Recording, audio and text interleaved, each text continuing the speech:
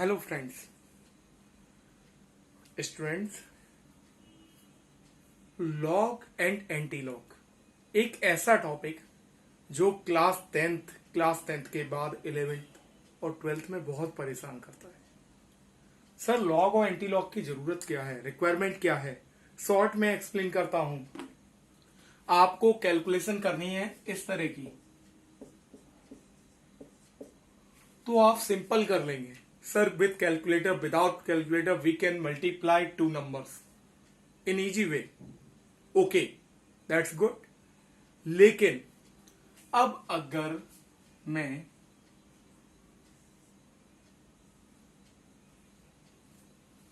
अब क्या करेंगे? सर, हम कैलकुलेटर यूज करेंगे।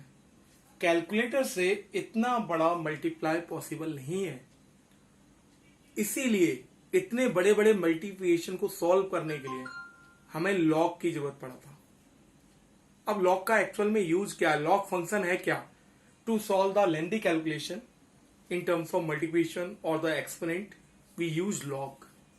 लॉग का यूज क्या है सर? लेंथी कैलकुलेशन को करने के लिए, बड़े बड़े मल्टीप्लाई और एक्सपोनेंट को सॉल्व करने के लिए हम लॉग का यूज करते हैं। ओके सर, कैसे? तो लॉग में कुछ इंपोर्टेंट प्रॉपर्टी होती हैं।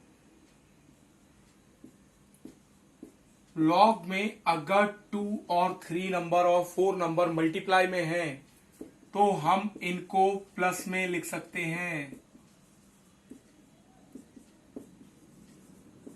सबसे इंपोर्टेंट प्रॉपर्टी है 2 नंबर 3 नंबर, इन नंबर को मल्टीप्लाई की जगह प्लस के टर्म में ला सकते हैं।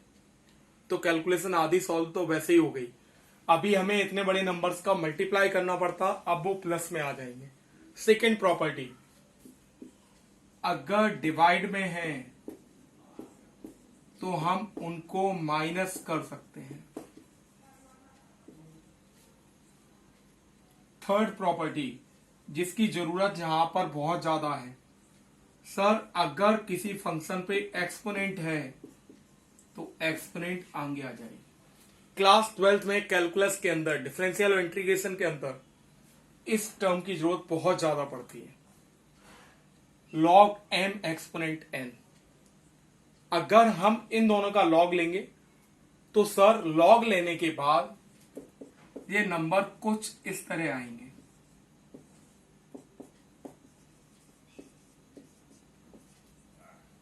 और सेकेंड स्टेप में इस प्रॉपर्टी से एक्सपोनेंट आगे आ जाएगा। तो बहुत सिंपल हो जाएगा सर। फिर हम कैलकुलेट कैसे करेंगे? आपको केमिस्ट्री टेबल में, फिजिक्स टेबल में लास्ट में लॉग और एंटी लॉग टेबल दी होती है। वो मैं आपको बाद में कैलकुलेशन सिखाऊंगा, न्यूमेरिकल मैथ क्या होता है। अभी हम कैलकुलस मैथ के लिए लॉग को डिस्कस कर रहे हैं। तो लेंथी कैलकुलेशन को सॉर्ट करने के लिए केमिस्ट्री में, फिजिक्स में रिएक्शंस होते हैं, डिस्टेंस ट्रेवल करते हैं हम जब प्लैनेट्स और स्टार्स के बीच में, तो वो एक्सपोनेंट में आती हैं। 10 to the power 12, 3.89 into 7 to the power 24। ऐसी कैलकुलेशन को करने के लिए हम लॉग और एंटी लॉग यूज करते हैं। हम इसे लॉग से सॉल्व करेंगे और बाद में जो आंसर आएगा उसका एंटी लॉग लेंगे। जैसे डिफरेंशियल के लिए इंटीग्रेशन होता है, वैसे लॉग के लिए एंटी लॉग एक्सपोनेंशियल होता है। कैलकुलस में सबसे इंपोर्टेंट लॉग में होता है बेस। सर, लॉग का बेस क्या है? कैलकुलस में हम लॉग के बेस में ई लेके चलते हैं। Calculus means class 12th math. Calculus means class 12th math. Sir, differential और integration we use log base e. In numerical maths we use log base 10। In chemistry, in physics base 10 लेके चलेंगे।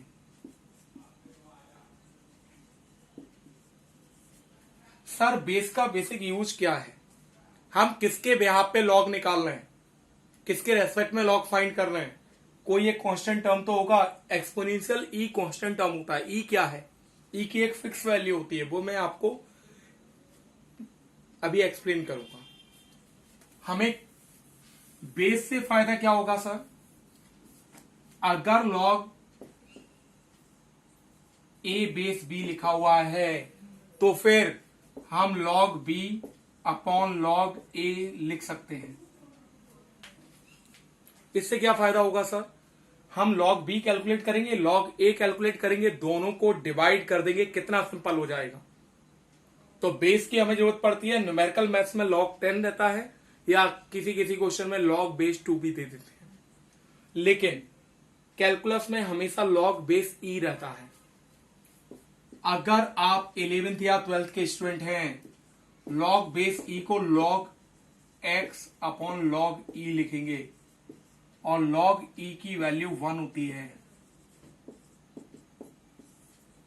तो फिर हम इसे डायरेक्ट log x लिख सकते हैं।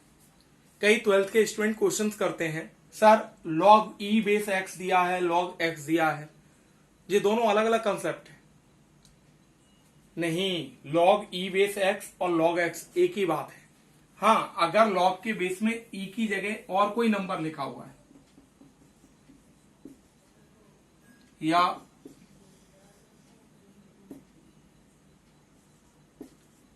यहां पर a का मतलब एनी वैल्यू 2, 3, 5, तो इस केस में ये दोनों अलग है।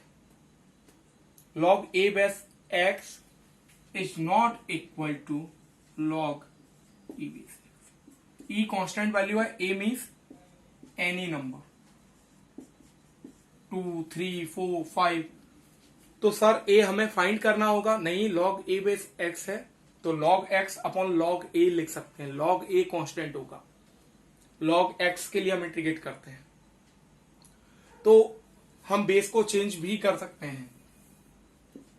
अगर log a बेस b दिया गया है, log b बेस c दिया गया है, तो b को हम कैलकुलेट करके log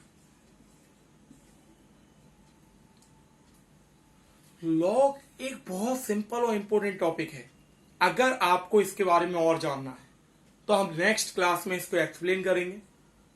आपको अगर इतना समझ में आया है तो लाइक और सब्सक्राइब करो। नेक्स्ट क्लास में आपको और कौन से टॉपिक समझने हैं, मैथ्स में छोटे छोटे डाउट, सर हमें स्क्वायर रूट में प्रॉब्लम आती है, सर हमें फैक्टराइजेशन में दिक्कत आती है, सर हमसे कैलकुलस में इंटीग्रेशन का कंसेप्ट समझ में नहीं आता, कब कौन सा फॉर्मूला यूज करें, सर हमें डेफिनेट इंटीग्रल में लिमिट पुट करने में दिक्कत आती है, सर कंटिन्यूटी समझ में ही नहीं आता क्या है, रिलेशन इन फंक्शन में फंक्शन कैसे ऑपरेट होते हैं, वन वन मैनी मैनी क्या है। इस तरह के अगर आपके भी डाउट्स हैं कमेंट करो, मैं नेक्स्ट क्लास में उसी टॉपिक को लेके आऊंगा। Okay, thank you.